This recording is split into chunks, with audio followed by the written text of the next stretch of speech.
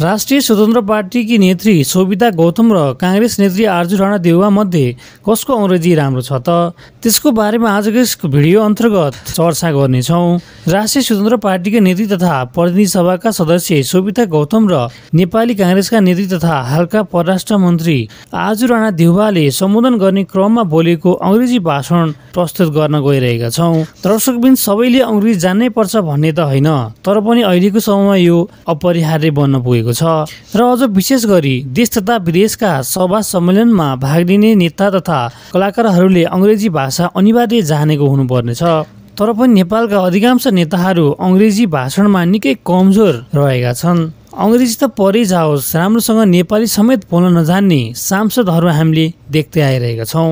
तर त्यस्ता सांसदहरूको भिडमा यस्ता सांसदहरू पनि छन् जसको अङ्ग्रेजी सुनेर सबै चकित हुने गर्दछन्। तीमध्ये आजको यस भिडियो अन्तर्गत हामी सोभिता गौतम र आरजू राणा देउवाको अङ्ग्रेजी सम्बोधन हेर्नेछौँ। Number 2, Aarzoo Rana. Honorable ministers on the dais and in the audience, excellencies, distinguished guests, ladies and gentlemen, friends, good afternoon. It is my distinct honor and privilege to address the 8th Indian Ocean Conference being held in this historic and beautiful city of Muscat. I would like to convey warm greetings from the people of Nepal. उहाँको अङ्ग्रेजी कस्तो लाग्यो comment गर्न नभुल्नुहोला। अब लागु number 1 तर्फ। Number 1, Sobhita Gautam. Not only the youngest elected female parliamentarians of Nepal, but also I represent a young country, Nepal, where the 40% of total population is young, aged between 16 to 40.